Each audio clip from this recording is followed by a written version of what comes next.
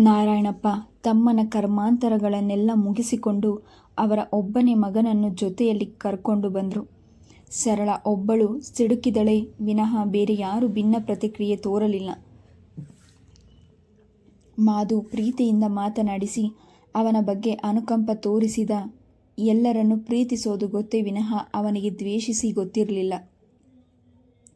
ಲಲಿತಮ್ಮ ಕೂಡ ಅಣ್ಣನ ಮಗನನ್ನು ನೋಡಲು ಬಂದರು. ಎಂದೋ ಹೋದ ಅಣ್ಣನ ಬಗ್ಗೆ ಅವರಿಗೇನು ಪ್ರೀತಿ ಇರಲಿಲ್ಲ. ರಕ್ತ ಸಂಬಂಧದ ಎಳೆ ಸ್ವಲ್ಪ ದುಃಖವನ್ನುಂಟು ಮಾಡಿತು. ಇದು ಯಾವುದನ್ನು ಹಚ್ಚಿಕೊಳ್ಳದವನು ಶ್ಯಾಮ ಮಾತ್ರ. ಕಾಲೇಜು ಬಾಗಿಲು ತೆಗೆಯಲು ಒಂದೆರಡು ದಿನ ಇದ್ದಾಗಲೇ ಬೆಂಗಳೂರಿಗೆ ಹೊರಟು ಬಿಟ್ಟ. ಮಾಧು ಸರಳ ಮಧ್ಯೆ ಬಿರುಕು ಮತ್ತಷ್ಟು ದೊಡ್ಡದಾಗುತ್ತಿತ್ತು ವಿನಃ ಕಮ್ಮಿಯಾಗಲಿಲ್ಲ. ಇತ್ತೀಚೆಗೆ ತೀರ ಉದಾಸೀನನಾಗಿ ಬಿಟ್ಟಿದ್ದ. ದಿನದ ಬಹುವೇಳೆಯನ್ನೆಲ್ಲ ತೋಟದಲ್ಲೇ ಕಳೆಯುತ್ತಿದ್ದ. ನೆಮ್ಮದಿಗೆ ಒಂದು ವರ ಪ್ರಸಾದವಾಗಿತ್ತು ತೋಟ. ಮರಕ್ಕೆ ಒರಗಿ ಕಣ್ಮುಚ್ಚಿ ನಿಟ್ಟುಸಿರು ಬಿಟ್ಟ. ಬಾವ ಎಂಬ ಸುಮಧುರ ಕಂಠವನ್ನು ಕೇಳಿ ಪಕ್ಕನೆ ಕಣ್ಬಿಟ್ಟು ಸುಮ ತಿಂಡಿ ಹೊತ್ತು ನಿಂತಿದ್ದಳು. ಅವಳ ಬದಲು ಸರಳ ನಿಂತಿದ್ರೆ ಛೇ, ಎಟುಕದಕ್ಕೆ ಆಸೆ ಪಡಬಾರ್ದು. ತಾನಷ್ಟು ಅದೃಷ್ಟವಂತನಲ್ಲ. ಸುಮ, ನೀನು ಒಬ್ಬಳೆ ಯಾಕಮ್ಮ ಬಂದೆ? ನಾನೇ ಬರ್ತಾ ಇದ್ದೆ. ಬರೀ ಕಲ್ಲು ಮುಳ್ಳುಗಳ ಹಾದಿ. ನಿನಗೆ ಇಷ್ಟು ದೂರ ನಡೆದು ಅಭ್ಯಾಸವಿಲ್ಲ, ಸಹಾನುಭೂತಿಯಿಂದ ಹೇಳಿದ. ಅವನಿಗೆ ಆ ಹುಡುಗಿಯ ಬಗ್ಗೆ ಅತ್ಯಂತ ಪ್ರೀತಿ. ಎಲ್ಲರೂ ಪ್ರೀತಿಸಬಹುದಾದ ಹುಡುಗಿಯವಳು. ಬನ್ನಿ ಬಾವ, ಏನು ಪಟ್ಟಣವೋ ಏನೋ, ನನಗೆ ಹಳ್ಳಿ ಬಿಟ್ಟು ಹೋಗಬೇಕಲ್ಲ ಅಂತ ಬೇಸರವಾಗಿಬಿಟ್ಟಿದೆ. ಈ ನಿಸರ್ಗದ ಮಡಿಲಲ್ಲಿ ದಿನಗಳು ಉರುಳೋದೇ ಗೊತ್ತಾಗೋದಿಲ್ಲ. ಇವು ಬಾಯಿ ಮಾತುಗಳಾಗಿರಲಿಲ್ಲ. ಅವಳ ಮನಸ್ಸಿನ ಆಸೆಯನ್ನು ಬಾಯಿ ಸಂಕೋಚವಿಲ್ಲದೆ ಹೇಳಿತು. ಸರಿ, ಹಾಗಾದರೆ ಇಲ್ಲೇ ಇದ್ಬಿಡು. ಒಳ್ಳೆ ಮಾತು ಹೇಳಿದ್ರಿ. ನಾನು ಇರ್ತೀನಿ ಅಂದರೂ ಇರಗೊಡಿಸ್ತಾರಾ? ಅಣ್ಣ ಆಗಲೇ 3-4 ಕಾಗದಗಳನ್ನು ಬರೆದಿದ್ರು. ನಾನು ಅತ್ತೆ ಊರಲ್ಲಿ ಇಲ್ಲ, ಅವರು ಬರೋವರೆಗೂ ಅಕ್ಕನ ಜೊತೆಯಲ್ಲಿದ್ದು ಬರ್ತೇನೆ ಅಂತ ಬರೆದಿದ್ದೆ. ನಾಳೆ ನಾಡಿದ್ದರಲ್ಲಿ ಹೊರಟು ಬಿಡಬೇಕು. ಬಾವ ಮಾತಿನಲ್ಲಿ ತಿಂಡಿ ವಿಷಯನೇ ಮರೆತುಬಿಟ್ಟೆ. ಮಾಧು ಕೈಕಾಲು ತೊಳೆದುಕೊಂಡು ತೋಟದ ಮನೆಗೆ ಹೋಗಿ ಕುಳಿತ. ಸುಮ ಬಾಳೆ ಎಲೆ ಹರವಿ ಪಾರ್ವತಮ್ಮ ಕಳುಹಿಸಿಕೊಟ್ಟಿದ್ದ ದೋಸೆ ಪಲ್ಯ ಚಟ್ನಿ ಬಡಿಸಿದಳು. ಮಾಧು ಇನ್ನೊಂದು ಎಲೆಗೆ ದೋಸೆ ಚಟ್ನಿ ಪಲ್ಯ ತೆಗೆದಿಟ್ಟು, ನನ್ನೊಬ್ಬನಿಗೆ ತಿನ್ನೋಕ್ಕೆ ಬೇಸರ, ನೀನು ತಗೋ. ಹೇಗೂ ಇನ್ನೇನು ಊರಿಗೆ ಹೋಗಿಬಿಡ್ತೀಯಲ್ಲ. ಅವನ ಮಾತಿನಲ್ಲಿ ನೋವಿತ್ತು. ಒಂದೇ ತಾಯಿಯ ಮಕ್ಕಳಾಗಿ ಹುಟ್ಟಿದ ಅಕ್ಕ ತಂಗಿಯರಲ್ಲಿ ಎಷ್ಟು ವಿಭಿನ್ನ ನಡವಳಿಕೆ. ಸುಮಾಳ ಅರ್ಧದಷ್ಟಾದರೂ ಒಳ್ಳೆಯ ಗುಣ ಸರಳಾಗೆ ಇದ್ದಿದ್ರೆ ನಾನೆಷ್ಟು ಸುಖ ಪಡಬಹುದಾಗಿತ್ತು. ಸುಖ ತನಗೆ ಎಟುಕದು ವಸ್ತುವೆಂದುಕೊಂಡ. ಮಾಧು ಸುಮ ಒಟ್ಟಿಗೆ ಮನೆಗೆ ಬಂದಾಗ ಸರಳ ಹೊರಬಾಗಿಲಿನಲ್ಲೇ ನಿಂತಿದ್ದಳು. ಮಾಧುವಿನ ಎದೆ ನಡುಗಿತು. ಮಡದಿಯ ನಾಲಿಗೆ ಕತ್ತಿಗಿಂತ ಚೂಪೆಂದು ಅವನು ಬಲ್ಲ. ಇಲ್ಲದೆಲ್ಲ ಊಹಿಸಿಕೊಂಡು ರೇಗಾಡಿದರೆ ಏನು ಗತಿಯಪ್ಪ ಅಂದುಕೊಂಡ. ಸರಳಾಲ ಚಕರಾರೆತ್ತಲೇ ಇಲ್ಲ. ಮಾಧು, ನಾನು ಬೇಡ ಅಂದರೂ ಕೇಳದೆ ಬಂದಿದ್ದಾಳೆ. ನಿಮ್ಮಪ್ಪ ನನ್ನ ಮೇಲೆ ರೇಗಾಡಿದ್ರು. ವಯಸ್ಸಿಗೆ ಬಂದ ಹುಡುಗಿ, ಅಷ್ಟು ದೂರ ಯಾಕೆ ಕಳಿಸಿದೆ ಅಂತ. ನೀನು ಜೊತೆಯಲ್ಲೇ ಬರ್ತೀಯ ಅಂತ ಸಮಾಧಾನ ಹೇಳಿದೆ. ಮಾಧುಗೆ ಏನು ಹೇಳಬೇಕು ಒಂದು ತಿಳಿಯಲಿಲ್ಲ. ಸುಮ್ಮನೆ ಒಳಕ್ಕೆ ನಡೆದ. ಸುಂದರನು ನೋಡೋಕ್ಕೆ ಬಂದ ಲಲಿತಮ್ಮ ಇಲ್ಲೇ ಇದ್ದರು. ಪಾರ್ವತಮ್ಮನೇ ಬಲವಂತದಿಂದ ಇರಿಸಿಕೊಂಡಿದ್ರು. ಎಂದೋ ಸಂಸಾರದ ಬಗ್ಗೆ ಬೇಸರ ಪಡದ ಅವರು ಇತ್ತೀಚೆಗೆ ತೀರಾ ರೋಸಿ ಹೋಗಿದ್ರು. ಮುಖ ಒರೆಸುತ್ತಾ ಬಂದ ಮಾಧು, ಲಲಿತತ್ತೆ, ಅಮ್ಮಂಗೆ ತುಂಬ ಬೇಸರ. ಸುಕನ್ಯಾಳಿಗೆ ಜೊತೆ ಇಲ್ಲ. ಸರೋಜಾನ ಇಲ್ಲೇ ಬಿಟ್ಟು ಹೋಗು. ಅಕ್ಕ ಸೊಸೆಯಾಗಿ ಬರೋವರೆಗೂ ಇಲ್ಲಿರಲಿ. ಮಾಧುವೇನೋ ಒಳ್ಳೆಯ ಮನಸ್ಸಿನಿಂದಲೇ ಈ ಮಾತುಗಳನ್ನು ಆಡಿದ. ಲಲಿತಮ್ಮನ ಮುಖ ಮುದುಡಿತು. ನಮ್ಮ ಮಾತು ಎಲ್ಲಿ ನಡೆಯುತ್ತೆ? ದೈವ ಇಚ್ಛೆ ಇದ್ದರೆ ಅವಳು ಈ ಮನೆಗೆ ಖಂಡಿತ ಸೊಸೆಯಾಗಿ ಬರ್ತಾಳೆ. ಮೊದಲೇ ಅವರ ಹೃದಯದಲ್ಲಿ ಯಾಕೆ ಆಸೆ ಬಳ್ಳಿ ಹಬ್ಬಿಸಬೇಕು? ಜಾನಕಿ ಮದುವೆ ಆಗೋವರೆಗೂ ಅವಳ ಗೋಳು ನೋಡೋಕ್ಕೆ ಆಗ್ತಾ ಇರಲಿಲ್ಲ. ಶ್ರೀಪಾದು ಒಳ್ಳೆ ಹುಡುಗ. ಅವಳ ಮನಸ್ಸಿನ ನೋವನ್ನೆಲ್ಲ ಮಾಸಿ ಸಂತೋಷವಾಗಿಟ್ಕೊಂಡಿದ್ದಾನೆ. ಅವರಲ್ಲಿ ಅಡಗಿದ್ದ ಅಪಾರ ವೇದನೆಯನ್ನು ಮಾಧು ಗುರುತಿಸಿದ. ಈ ಸಲ ಜಾತಕ ತೋರಿಸೋ ತಂಟೇನೇ ಬೇಡ, ಹಾಗೆ ಮದುವೆ ಮಾಡೋಣ. ಜಾತಕ ಪ್ರಶಸ್ತ ಇದ್ದ ಗಂಡ ಹೆಂಡಿರೆಲ್ಲ ಸುಖವಾಗಿದ್ದಾರೇನು? ಜಿಗುಪ್ಸೆಯಿಂದ ಆಡಿದ ಮಾತುಗಳಂತಿತ್ತು. ಹೆಚ್ಚು ಮಾತನಾಡದ ವಿನಯವಂತ ಮಾದು. ಬಾಯಲ್ಲಿ ಇಂಥ ಮಾತುಗಳನ್ನು ಕೇಳಿ ಲಲಿತಮ್ಮ ನೊಂದುಕೊಂಡರು. ಅವನ ದಾಂಪತ್ಯ ಜೀವನ ಕಂಡು ರೋಸಿ ಹೋಗಿದ್ರು. ನಿಸ್ಸಹಾಯಕರು. ಸರಳಾಗೆ ಬುದ್ಧಿ ಹೇಳೋದು ಅವರಿಂದಲೇ, ಏನೂ ಯಾರಿಂದಲೂ ಸಾಧ್ಯವಿರಲಿಲ್ಲ. ಮನೆಯಲ್ಲಿ ಸುಕನ್ಯಾ ಇದ್ದುದರಿಂದ ಮಾದು ಊಟ ಮುಗಿಸಿ ಕೋಣೆಗೆ ಹೋಗಿ ಮಲಗಿಕೊಂಡ. ದಣಿದ ಮೈ ವಿಶ್ರಾಂತಿ ಬಯಸಿತ್ತು. ನಿದ್ರಾದೇವಿಯ ಆಲಿಂಗನದಲ್ಲಿ ಮೈ ಮರೆತ. ಕೋಣೆಯೊಳಕ್ಕೆ ಬಂದ ಸರಳ ಗಂಡನನ್ನು ನೋಡಿದಳು. ಬಿಸಿಲಿನಲ್ಲಿ ದಣಿದು ಕೆಂಪಾದ ಮುಖ, ಕೆಲಸ ಮಾಡಿ ದೃಢವಾದ ಮೈ, ಅವನಲ್ಲಿ ಆಕರ್ಷಣೆ ತುಂಬಿ ಬಂತು. ಮೈ ಮರೆತಳು. ಪಕ್ಕ ಹೋಗಿ ಕುಳಿತಳು. ಮೈಯನ್ನು ದವಡಿದಳು. ಅದರಲ್ಲಿ ಕಾಮದ ಕಾವಿತ್ತೆ ವಿನಃ ಪ್ರೇಮದ ಶೀತಲ ಸ್ಪರ್ಶವಿರಲಿಲ್ಲ. ಮಾದು ಎಚ್ಚರಗೊಂಡ. ಬಹಳ ದಿನಗಳ ಮೇಲೆ ಹೆಂಡತಿಯ ಕೃಪಾ ಕಟಾಕ್ಷಕ್ಕೆ ಪಾತ್ರನಾಗಿದ್ದ. ಬಯಕೆ ಬೃಹದಾಕಾರ ತಾಳಿತು. ಮೂರ್ಖನಾಗಲಿಲ್ಲ. ಉತ್ಸಾಹ ತುಂಬಿಕೊಂಡ ಮೈ ಮರೆತ ಬಯಕೆಯನ್ನು ತಣಿಸಿಕೊಂಡ. ಸರಳ ಹಸನ್ಮುಖಿಯಾದಳು. ಮಗು ಬೇಗ ಎದ್ದು ಬಾರದ್ದನ್ನು ನೋಡಿ ಪಾರ್ವತಮ್ಮ ಸಮಾಧಾನದ ಉಸಿರು ಬಿಟ್ರು. ಹೇಗೋ ಅವನಾದರೂ ನೆಮ್ಮದಿಯಾಗಿರಲಿ ಎಂಬುದೇ ಆಸೆ. ಈ ಸಮಯದ ಪೂರ್ಣ ಪ್ರಯೋಜನ ಪಡೆಯಲು ಸರಳ ನಿರ್ಧರಿಸಿದಳು. ಸುಮಾಳನ್ನು ಬಿಟ್ಟು ಬರಲು ಗಂಡ ಹೊರಟಾಗ ತಾನು ಹೊರಟಳು. ಅವಳನ್ನು ಬೇಡ ಎನ್ನುವವರು ಇರಲಿಲ್ಲ. ಯಾರಾದರೂ ಬೇಡ ಎಂದರೂ ಅವಳು ಕೇಳುವ ಸ್ಥಿತಿಯಲ್ಲಿರಲಿಲ್ಲ. ಅವಳ ಅಪೇಕ್ಷೆಯನ್ನು ದೂರೀಕರಿಸದಿದ್ದರೂ ಹೆಚ್ಚಿನ ದುಡ್ಡನ್ನು ಜೇಬಿಗೆ ಸೇರಿಸಲು ಮಾದು ಮರೆಯಲಿಲ್ಲ. ಮಡದಿಯ ಸ್ವಭಾವ ಪೂರ್ಣ ಪರಿಚಯ ಅವನಿಗಾಗಿತ್ತು. ಈ ನಡುವೆ ತೀರ ಬೇಸರ ಜೀವನ ನಡೆಸಿದ್ದ ಅವನೊಬ್ಬ ಸಾಮಾನ್ಯ ಮನುಷ್ಯ. ಅವನಿಗೂ ಕೆಲವು ಅವಶ್ಯಕತೆಗಳಿದ್ದವು. ಅದನ್ನು ಮೆಟ್ಟಿ ನಿಲ್ಲಬಲ್ಲ ಅಮಾನುಷನಾಗಿರಲಿಲ್ಲ. ಈಗ ಸಿಕ್ಕಿದ ಅಲ್ಪ ಸುಖವನ್ನು ಕಳೆದುಕೊಳ್ಳಲು ಸಿದ್ಧವಿಲ್ಲ. ಬೇಸರ ಪಡದೆ ಅವಳು ಕೇಳಿದನ್ನೆಲ್ಲ ಕೊಡಿಸಿದ. ಶ್ರೀಕಂಠಯ್ಯನವರು ಸುಮ್ಮನೆ ಮಾತಿಗಾದರೂ ಇರಲಿ ಎಂದು ನವರಾತ್ರಿಯ 8 ದಿನವಿದೆ. ನೀವು ಒಪ್ಪಿದರೆ ಸರಳ ಇಲ್ಲೇ ಇರಲಿ ಎಂದ. ಸರಳಾಳಿಗೆ ಅಷ್ಟೇ ಸಾಕಾಗಿತ್ತು. ತಾನು ಅಲ್ಲೇ ಉಳಿದಳು. ಗಂಡನನ್ನು ಮಾತ್ರ ಕಳುಹಿಸಿಕೊಟ್ಟಳು. ಬಹಳ ಬೇಸರದಿಂದಲೇ ಹಿಂತಿರುಗಿದ. ಈ ಸಲ ಪಾರ್ವತಮ್ಮನಿಗೆ ರೇಗಿ ಹೋಯಿತು. ಪ್ರತಿ ಸಾರ್ತಿಯೂ ಜೊತೆಗೆ ಹೋದವಳು ಅಲ್ಲೇ ಉಳಿದು ಬಿಡುತ್ತಿದ್ಲು. ಅವರೆಂದು ಬಂದು ಮಗಳನ್ನು ಕರೆದೊಯ್ದೇ ಇರಲಿಲ್ಲ. ಇದು ಸಂಪ್ರದಾಯವಾದಿಗಳಾಗಿ ಬೆಳೆದಿದ್ದ ಪಾರ್ವತಮ್ಮನಿಗೆ ನುಂಗಲಾರದ ತುತ್ತು. ಮಗನಿಗೆ ಛೀಮಾರಿ ಹಾಕಿದರು ಮೊದಲನೇ ಬಾರಿ. ಮಾದು, ನಿಂಗೆ ಸ್ವಲ್ಪನಾದರೂ ಬುದ್ಧಿ ಬೇಡವೇನೋ? ಮದುವೆಯಾದಾಗಿನಿಂದ ಒಂದು ಸಲ ಆದರೂ ಬಂದು ಮಗಳನ್ನು ಕರೆದೊಯ್ಯಲೇ ಇಲ್ಲ. ನೀನು ಕರ್ಕೊಂಡು ಹೋಗಿ ಬಿಟ್ಟು ಬರೋದು ಏನು ಚೆನ್ನ? ಅವರು ತಾನೇ ಎಂಥ ಮಹಾತಾಯಿನ ಮಗಳೆಂದು ಹೀಗೆ ಕರೆದೊಯ್ತಾರೋ? ಅತಿ ಒಳ್ಳೆತನ ಬಹಳ ಕೆಟ್ಟದ್ದು. ಅಮ್ಮ, ಆ ಒಂದು ಕರೆಯೇ ಮನಸ್ಸಿನ ದುಃಖವನ್ನೆಲ್ಲ ತಾಯಿಯ ಮುಂದೆ ನಿವೇದಿಸಿಕೊಂಡಿತು. ಪಾರ್ವತಮ್ಮನಿಗೆ ಮಗನ ಸ್ವಭಾವ ಗೊತ್ತು. ಇದುವರೆವಿಗೂ ಮಾದು ಸುಕನ್ಯಾನ ಕೂಡ ಎಂದೂ ಗದರಿರಲಿಲ್ಲ. ಇವರೆಲ್ಲಾದರೂ ರೇಗಿ ಅವಳ ಕಣ್ಣಲ್ಲಿ ನೀರು ಕಂಡರೂ ಅವನು ಪೇಚಾಟ ನೋಡೋಕ್ಕೆ ಆಗ್ತಾ ಇರಲಿಲ್ಲ. ಅವನು ಮನೆಯಲ್ಲಿದ್ದಾಗ ಮಗಳನ್ನು ಕೂಡ ಗದರಿಸ್ತಾ ಇರಲಿಲ್ಲ. ಇಂಥ ಹುಡುಗ ಆ ರಾಕ್ಷಸಿನ ಹೇಗೆ ದಾರಿಗೆ ತಂದಾನೋ? ಇದೊಂದು ದೊಡ್ಡ ಚಿಂತೆಯಾಗಿತ್ತು. ಅದನ್ನು ಮಗನೆದುರಿಗೆ ತೋರಿಸಿಕೊಳ್ಳಲು ಇಷ್ಟಪಡಲಿಲ್ಲ. ನೀನು ಹೀಗೆ ಸದರ ಕೊಡ್ತಾ ಬಾ, ಅವಳು ನಾಳೆ ಎಲ್ಲರನ್ನೂ ಮೂಲೆಗೆ ಕೂಡಿಸಿ ಮನೆ ಮರ್ಯಾದೆನ ಹರಾಜಾಗ್ತಾಳೆ. ಇನ್ನು ಏನೇನು ಅನುಭವಿಸ್ಬೇಕೋ, ನಮ್ಮ ಹಣೆಯಲ್ಲಿ ಏನು ಬರೆದಿದೆಯೋ. ತಲೆ ಕಟ್ಟಿಸಿಕೊಂಡು ಒಳಗೆ ಹೋಗಿಬಿಟ್ರು. ಮಾಧವಿಗೆ ತಲೆಯೇ ಕೆಟ್ಟೋಯಿತು. ತಾನು ಏಕೆ ಗದರಿ ಸರಳಾಗೆ ಬುದ್ಧಿ ಹೇಳಬಾರ್ದು? ಹೇಳಿದರೂ ಅವಳು ಕೇಳ್ತಾಳೆ ಅನ್ನೋ ನಂಬಿಕೆ ಏನು?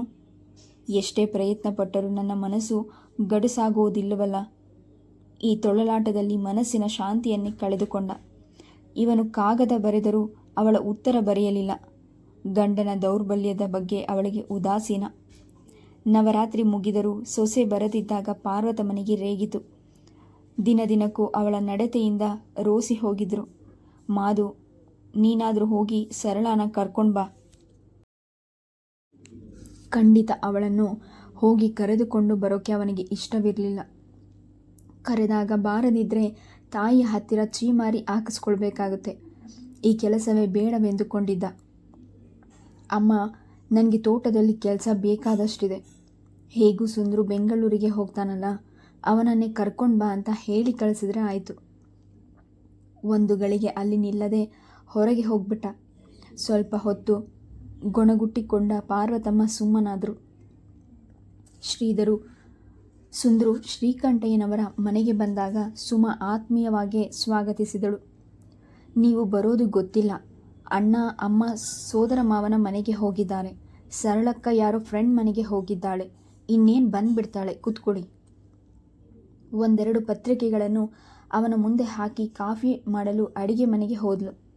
ಸುಮಾಳನ್ನು ಹಳ್ಳಿಯಲ್ಲಿ ನೋಡಿದರೂ ಇಂದು ಅವನ ಕಣ್ಣಿಗೆ ಆಕರ್ಷಕವಾಗಿ ಕಂಡಳು. ಅವನೇನೋ ಮುಗ್ಧನಲ್ಲ, ಫಸ್ಟ್ ಕ್ಲಾಸ್ 1 ನಂಬರ್ ರೋಮಿಯೋ. ಇವನ ರೊಮ್ಯಾನ್ಸನ್ನು ನೋಡೇ ಇವರಪ್ಪ ಬೇಗ ಕಣ್ಮುಚ್ಚಿರಬೇಕು. ಸುಮಾ ಕಾಫಿ ತಂದು ಅವನ ಮುಂದೆ ಇರಿಸಿದಳು. ಭಾವನ ಮನೆಯವರ ಬಗ್ಗೆ ಅತಿಯಾದ ಆತ್ಮೀಯತೆ ಮತ್ತು ಗೌರವ ಸುಮಾಳಿಗೆ.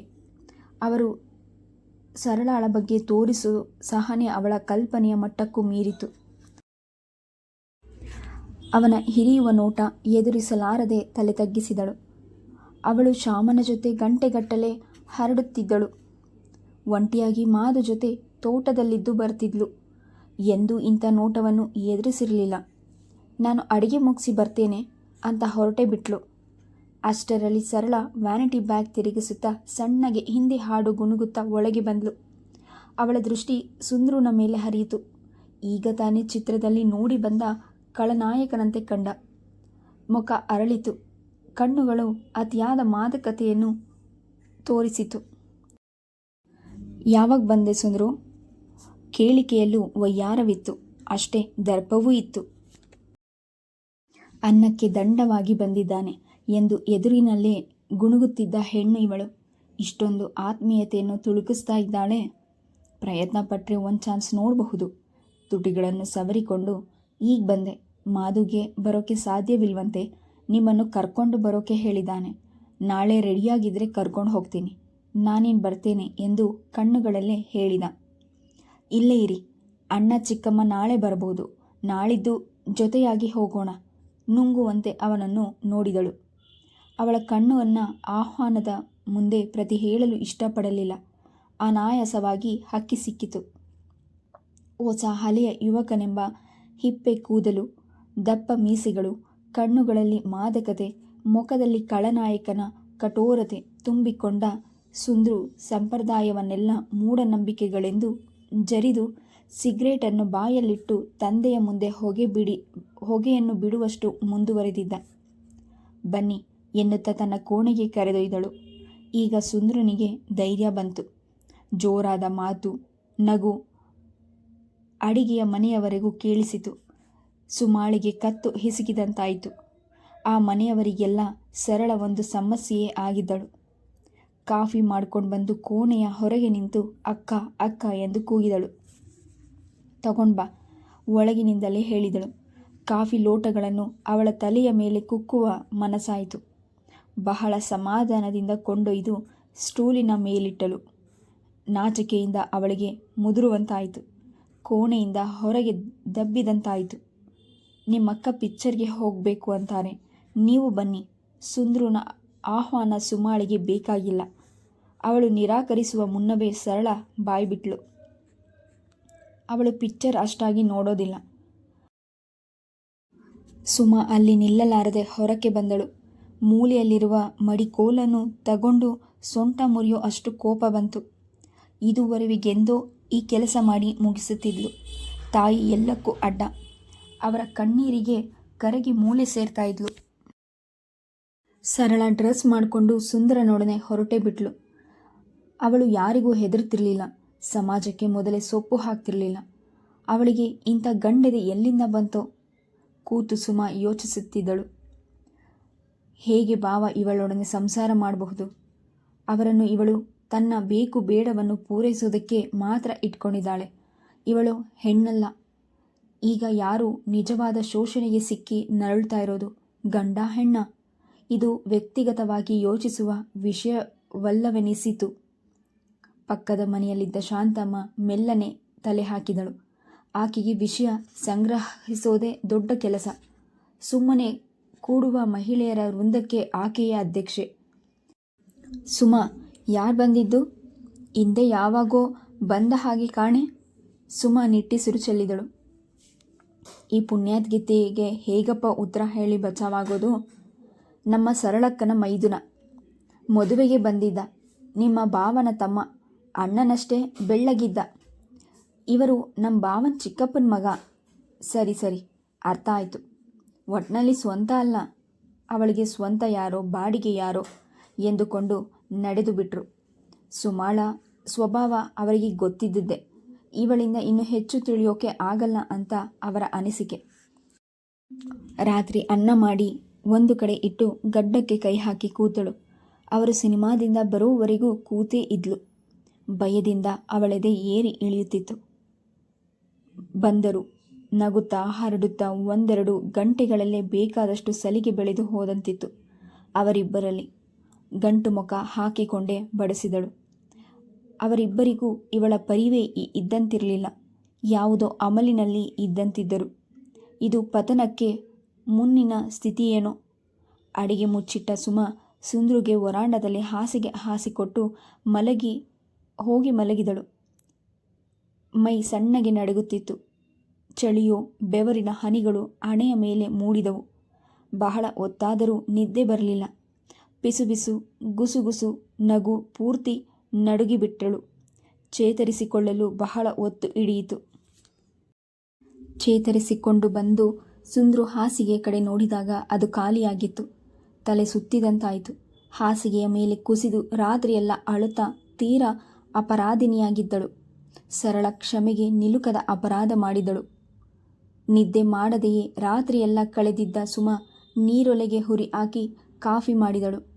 4-6 ಸಲ ಕೂಗಿದಾಗಲೂ ಕಾಫಿಯನ್ನು ಹೊರಗೆ ಕೊಂಡೊಯ್ದು ಕೊಡಲಿಲ್ಲ. ಕಡೆಗೆ ಸರಳಾಳೆ ಬಂದಳು. ನೀನು ಈಗಲೇ ಹೊರಟುಬಿಡು. ಅಪ್ಪ ಅಮ್ಮನಿಗಾಗಿ ಕಾಯಬೇಕಾಗಿಲ್ಲ. ಧ್ವನಿ ಕಠೋರವಾಗಿತ್ತು. ಸುಂದ್ರುಗಾಗಲಿ ಸರಳಾಳಿಗಾಗಲಿ ಅಲ್ಲಿರಲು ಮನಸ್ಸಿರಲಿಲ್ಲ. ಈಗಿನ್ನೂ ಅವರು ಬೆಳಕಿಗೆ ಬಂದಿರಲಿಲ್ಲ. ಕತ್ತಲೆಯ ಕಾಮ ಪ್ರಪಂಚದಲ್ಲಿ ಜಗತ್ತೇ ಅವರಿಗೆ ಕಾಣದು. ಅವರುಗಳು ಹೋಗುವವರೆಗೂ ಸುಮಾ ಹೊರಗೆ ಬರಲಿಲ್ಲ. ಆ ಕೆಟ್ಟ ಮುಖಗಳ ದರ್ಶನ ಮಾಡುವುದು ಅವಳಿಗೆ ಬೇಕಾಗಿರಲಿಲ್ಲ. ಊಟವಾದ ಕೂಡಲೇ ಸ್ವಲ್ಪ ಹೊತ್ತು ಮಲಗೋದು ನಾರಾಯಣಪ್ಪನವರ ರೂಢಿ. ಅಂದು ಅವರೆಕಾಳು ಹುಳಿ ಎಂದಿನಂತೆ ಹೆಚ್ಚಾಗಿ ಊಟ ಮಾಡಿದರು. ನಿದ್ದೆಯ ಜೋಪು ಎಳೆಯುತ್ತಿತ್ತು. ಹೋದವರೇ ಮಲಗಿಬಿಟ್ರು. ಸುಂದ್ರು ಸರಳ ದೊಡ್ಡ ಧ್ವನಿಯಲ್ಲಿ ಹರಡುತ್ತಾ ನಗುತ್ತಿದ್ದರು. ಕೂತಿದ್ದ ಪಾರ್ವತಮ್ಮನಿಗೆ ರೇಗೆ ಹೋಯಿತು. ಸುಂದ್ರು, ನಿಮ್ಮ ದೊಡ್ಡಪ್ಪ ಮಲಗಿದ್ದಾರೆ. ಅವರು ಮಲಗೋದೇ 1 ನಿಮಿಷ. ಏನು ಮಾತು, ನಗು? ಬಾಲ ಮುದುರಿಕೊಂಡು ನಾಯಿಯಂತೆ ಸುಂದ್ರು ಎದ್ದು ಹೊರಗೆ ನಡೆದು ಬಿಟ್ಟ. ಅವನು ಸ್ವಲ್ಪ ದೊಡ್ಡಮ್ಮನಿಗೆ ಹೆದರುತ್ತಿದ್ದ. ಈ ಮನೆಯಲ್ಲಿ ಮಾತನಾಡೋ ಸ್ವಾತಂತ್ರ್ಯವಿಲ್ಲ, ಹಾಳಾದ ಮನೆ ಎಂದು ಜೋರಾಗಿ ಒದರಿದವಳೆ ಕೋಣೆಯ ಬಾಗಿಲನ್ನು ದಡಾರನೆ ಮುಚ್ಚಿದಳು. ಈ ಶಬ್ದಕ್ಕೆ ನಾರಾಯಣಪ್ಪ ಬೆದರಿ ಬಿದ್ದರು. ಹೆಂಡತಿಯ ಮುಖ ನೋಡಿದ್ರು. ಸರಳ ಕೋಣೆ ಬಾಗಿಲು ಹಾಕೊಂಡ್ಲು ಅಂತ ಕಾಣಿಸುತ್ತೆ. ಇವೆಲ್ಲ ದಿನನಿತ್ಯದ ರಾಮಾಯಣಗಳೆಂದುಕೊಂಡು ನಾರಾಯಣಪ್ಪ ಸುಮ್ಮನಾದರು. ಸಾಯಂಕಾಲ ದೇವಸ್ಥಾನಕ್ಕೆ ಹೋಗಿ ಬರೋಣವೆಂದಾಗ ಹೆಂಡತಿ ನಾರಾಯಣಪ್ಪನಿಗೆ ಆಶ್ಚರ್ಯದ ಜೊತೆಗೆ ನಗುನೂ ಬಂತು. ಹೆಂಡತಿ ದಿನ ದೇವಸ್ಥಾನಕ್ಕೆ ಹೋಗಿ ಬರುತ್ತಿದ್ದ ಸಂಗತಿ ಅವರಿಗೆ ಗೊತ್ತುಂಟು. ಈ ದಿನ ಪರವಾಗಿಲ್ಲ, ಸೊಸೆ ಬಂದ ಮೇಲೆ ನಿನಗೂ ನನ್ನ ಜೊತೆ ಸುತ್ತೋ ಆಸೆ ಆಯ್ತಾ ಎಂದು ನಗೆಯಾಡಿದರು. ಗಂಡನ ಮಾತಿನಿಂದ ಪಾರ್ವತಮ್ಮನ ಕೆನ್ನೆಗಳು ಕೆಂಪಗಾದವು. ವಯಸ್ಸಾದಂತೆ ಹೆಂಡತಿಯ ಮುಖದ ಚೆಲುವು ಹೆಚ್ಚಾದಂತೆ ಕಾಣಿಸುತ್ತಿತ್ತೆ ವಿನಃ ಕಡಿಮೆಯಾದಂತೆ ಕಾಣಿಸ್ತಿರಲಿಲ್ಲ. ಒಳ್ಳೆಯ ಭಾವನೆಗಳ ಸುಂದರ ಹೃದಯ ಎಂದಿಗೂ ಮುಖಕ್ಕೆ ಹೊಸ ಬಗೆಯ ಚೆಲುವನ್ನೇ ನೀಡುತ್ತಿತ್ತು. ವಯಸ್ಸೇನೋ ಅದನ್ನು ತಡೆಯಲಾರದು. ಏನಾದರೂ ಅಂದ್ಕೊಳ್ಳಿ, ಸಾಯಂಕಾಲ ಹೋಗಿ ಬರೋಣ. ಹೆಂಡತಿಯ ಮಾತಿಗೆ ಸರಿ ಎಂದು ತಲೆ ಆಡಿಸಿದರು. ಸಾಯಂಕಾಲವಾಗುವುದನ್ನೇ ಕಾದು ಕುಳಿತರು ಪಾರ್ವತಮ್ಮ. ಗಂಡನಿಗೆ ಮನಸ್ಸಿನಲ್ಲಿದ್ದುದನ್ನು ಹೇಳೋವರೆಗೂ ಸಮಾಧಾನವಿರಲಿಲ್ಲ. ಹಣ್ಣು ಕಾಯಿನ ಬುಟ್ಟಿ ಹಿಡಿದು ಸುಕನ್ಯಾಳಿಗೆ ಮನೆ ಒಪ್ಪಿಸಿ ಗಂಡನೊಡನೆ ಹೊರಟರು. ಸ್ವಲ್ಪ ದೂರ ಹೋಗುವವರೆಗೂ ಸುಮ್ಮನಿದ್ದ ಪಾರ್ವತಮ್ಮ ಹಳ್ಳಿಯಿಂದ ಹೊರಗೆ ಬಂದ ಕೂಡಲೇ ಸುಂದ್ರೂನ ಏನು ಮಾಡಬೇಕು ಅಂತ, ತೋಟದ ಕಡೆ ಹೋಗಲ್ಲ, ಬೆಳಗ್ಗೆಯಿಂದ ಸಂಜೆವರೆಗೂ ನಿಮ್ಮ ಸೊಸೆ ಹತ್ರ ಚಕ್ಕಂದ ಆಡ್ಕೊಂಡೇ ಕೂತಿರ್ತಾನೆ, ಮನೆಯಲ್ಲಿ ಜನ ಇದ್ದಾರಲ್ಲ ಅನ್ನೋ ಭಯ ಇಲ್ಲ, ಗಂಡನ ಜೊತೆ ನಗ್ತಾ ಮಾತಾಡಿದ್ದು ನೋಡಲೇ ಇಲ್ಲ, ಅವನ ಜೊತೆ ಮಾತನಾಡಿದ್ದು ಇದೇನೋ ನಾರಾಯಣಪ್ಪನವರಿಗೆ ತಿಳಿಯದ ಸಮಾಚಾರವಲ್ಲ. ನಿಸ್ಸಹಾಯಕರಾಗಿ ವರ್ತಿಸೋದು ಬಿಟ್ಟು ಬೇರೇನು ಮಾಡುವ ಹಾಗಿರಲಿಲ್ಲ. ಪರಿಸ್ಥಿತಿ ಹಾಗಿತ್ತು. 10 ಜನಕ್ಕೆ ಬುದ್ಧಿ ಹೇಳಿದವರು ಈಗ ಮನೆಯವರಿಗೆ ಹೇಳಲಾರದ ಸ್ಥಿತಿಯಲ್ಲಿದ್ದರು. ಹೆಂಡತಿಯ ಮನಸ್ಥಿತಿ ವಿಕೋಪಕ್ಕೆ ಹೋಗುವುದು ಅವರಿಗೆ ಬೇಡವಾಗಿತ್ತು. ಗಂಡ ಹೆಂಡತಿಗೆ ಹಿರಿಯರ ಮಧ್ಯೆ ಮಾತನಾಡೋಕ್ಕೆ ಸಂಕೋಚವಿರಬಹುದು. ಸುಂದ್ರು ಓದಿದವನು, ಅವಳು ಪಟ್ಟಣದ ಹುಡುಗಿ, ಮಾತನಾಡೋಕ್ಕೆ ಎಷ್ಟೋ ವಿಷಯಗಳು ಇರುತ್ತೆ. ನನ್ನ ಜೊತೆ ಏನು ಮಾತನಾಡ್ತಾಳೆ? ಅವಳು ದೊಡ್ಡ ವಿದ್ಯಾವಂತೆ, ನಮ್ಮ ಶ್ಯಾಮ ಓದಿಲ್ವೇನೋ, ಅವನ ಜೊತೆ ಮಾತೇ ಆಡೋಲ್ಲ. ಸುಕನ್ಯಾ ಆಸೆಯಿಂದ ಅವಳ ಕಡೆ ನೋಡ್ತಾಳೆ. ಒಂದು ದಿನಕ್ಕಾದರೂ ಮಾತನಾಡಿಸಿದ್ದಾಳ? ಜಾನಕಿ, ಸುಮ ಯಾರ ಜೊತೆಗೂ ಇವಳಿಗೆ ಮಾತು ಬೇಡ, ಅವನ ಜೊತೆ ಮಾತು ಬೇಕಾ? ವಿಷಯ ಬಹಳ ಜಟಿಲವಾಗಿ ಕಾಣಿಸಿತು ನಾರಾಯಣಪ್ಪನವರಿಗೆ. ಏನಾದರೂ ಪರಿಹಾರ ಹುಡುಕಲೇಬೇಕಾಗಿತ್ತು. ಇಲ್ಲದಿದ್ದರೆ ಹೆಂಡತಿ ಸಹನೆ ಕಳೆದುಕೊಳ್ಳಬಹುದು. ಇಲ್ಲದ ಊಹಾಪೋಹವಾಗಿ ವಿಷಯ ಹರಡಬಹುದು. ಅದಕ್ಕೆಲ್ಲ ಅವಕಾಶ ಕೊಡಬಾರದೆಂದುಕೊಂಡ್ರು. ನಾನೇನು ಮಾಡಲಿ ಪಾತು? ನಿನ್ನ ಸೊಸೆಗೆ ಅವನ ಜೊತೆ ಮಾತಾಡಬೇಡ ಅಂತ ಹೇಳ? ಆಮೇಲೆ ಬದುಕೋರು ಯಾರು? ತಂದೆನೇ ಕಳ್ಕೊಂಡು ಬಂದಿರೋ ಸುಂದ್ರಿಗೆ ಹೇಳ? ನನಗೊಂದು ಅರ್ಥವಾಗೋಲ್ಲ. ನೀವು ಒಂದು ಕೆಲಸ ಮಾಡಿ, ಅವನು ಇಲ್ಲೇ ಇರ್ತಾನೋ ಇಲ್ಲ ಶಿವಮೊಗ್ಗಕ್ಕೆ ಹೋಗ್ತಾನೋ ತಿಳ್ಕೊಳ್ಳಿ. ಆಮೇಲೆ ಒಂದು ಹುಡುಗಿನ ನೋಡಿ ಮದುವೆ ಮಾಡಿ. ಹೆಂಡತಿಯ ಮಾತು ಸರಿ ಎನಿಸಿತು ನಾರಾಯಣಪ್ಪನವರಿಗೆ. ದೇವಸ್ಥಾನ ಹತ್ತಿರವಾದುದರಿಂದ ಮೌನವಾದರು. ಪೂಜೆ ಮಾಡಿಸಿಕೊಂಡು ನಿರಾಳ ಮನಸ್ಸಿನಿಂದ ಹಿಂತಿರುಗಿದರು. ಸಿಗರೇಟು ಹಚ್ಚಿ ಬಾಯಲ್ಲಿ ಇಟ್ಕೊಂಡು ನಿಂತಿದ್ದ ಸುಂದ್ರುಗೆ ದೊಡ್ಡಪ್ಪನಿಂದ ಕರೆ ಬಂದಾಗ ಸಿಗರೇಟು ದೂರ ಎಸೆದು ಕರೆಯಲು ಬಂದ ಸುಕನ್ಯಾಳ ಹಿಂದೆ ಹೋದ. ಮನಸ್ಸು ಅಳುಕಿತು. ಕೆಟ್ಟ ಧೈರ್ಯದಿಂದ ಹೋದ. ನಾರಾಯಣಪ್ಪ ನಡುಮನೆಯಲ್ಲಿದ್ದ ತೂಗು ಮಣೆಯ ಮೇಲೆ ಕೂತಿದ್ರು.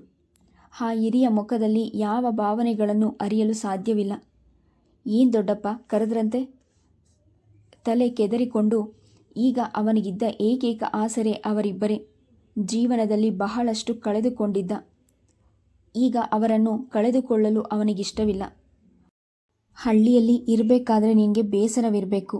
ಅಲ್ಲಿ ಮನೆ ಕಡೆ ಏನಾಗಿದೆಯೋ, ಜನ ಇಲ್ದಿದ್ರೆ ಮನೆ ಹಾಳಾಗುತ್ತೆ. ನೀನು ಇಲ್ಲೇ ಇರು. ಪಕ್ಕದಲ್ಲಿ ಮನೆ ಸಾಮಾನಿನಿಗೆ ಬೇರೆ ವ್ಯವಸ್ಥೆ ಮಾಡಬೇಕಾಗುತ್ತೆ. ಯಾವುದಕ್ಕೂ ಸ್ಪಷ್ಟ ಅಭಿಪ್ರಾಯ ಹೇಳು ಎನ್ನುವಂತಿತ್ತು ಅವರ ಮುಖಭಾವ. ಕೆಲಸ ಸಿಗೋದು ಕಷ್ಟ. ಅಪ್ಪ ಬ್ಯಾಂಕಿನಲ್ಲಿ ಸ್ವಲ್ಪ ಹಣ ಇಟ್ಟಿದ್ದಾರೆ. ಬಿಸ್ನೆಸ್ ಮಾಡೋಣ ಅಂದರೆ ಅನುಭವವಿಲ್ಲ. ಹೆಚ್ಚು ಕಮ್ಮಿಯಾಗಿ ಇರೋ ಹಣ ಹೋದರೆ ಮತ್ತಷ್ಟು ಕಷ್ಟ. ಇಲ್ಲೇ ಜಮೀನು ತಗೊಂಡು ಇದ್ಬಿಡ್ತೀನಿ ಅಂತ. ಅದೇನೋ ಸರಿ, ಜಮೀನು ತಗೋಬಹುದು. ಭೂತಾಯಿ ನಂಬಿದವರನ್ನು ಕೈ ಬಿಡೋಲ್ಲ. ಮೈ ಮುರಿದು ದುಡಿತೀನಿ ಅಂದರೆ ಏನಾದರೂ ಮಾಡಬಹುದು. ಮಾದು ಬೆಳಗಿನಿಂದ ಸಂಜೆವರೆಗೂ ಆಳು ಮಗನ ಹಾಗೆ ದುಡಿತಾನೆ. ಆ ಕೆಚ್ಚು ಇದ್ದರೆ ವ್ಯವಸಾಯಕ್ಕೆ ಕೈ ಹಾಕು, ಇಲ್ದಿದ್ರೆ ಸುಮ್ಮನಿದ್ಬಿಡು ಖಡಾಖಂಡಿತವಾಗಿ ಹೇಳಿದ್ರು. ಅವನಿಂದ ತಮ್ಮ ಪ್ರೀತಿಯ ಮಗನ ಸುಖ ಸಂತೋಷ ಹಾಳಾಗೋದು ಅವರಿಗೆ ಸುತಾರಾಮ್ ಇಷ್ಟವಿಲ್ಲ. ಯೋಚನೆ ಮಾಡಿ ಹೇಳು. ಸುಂದ್ರು ಬಾಗಿಲ ಕಡೆ ಹೆಜ್ಜೆ ಹಾಕಿದ. Please subscribe the channel, like and share. Thank you.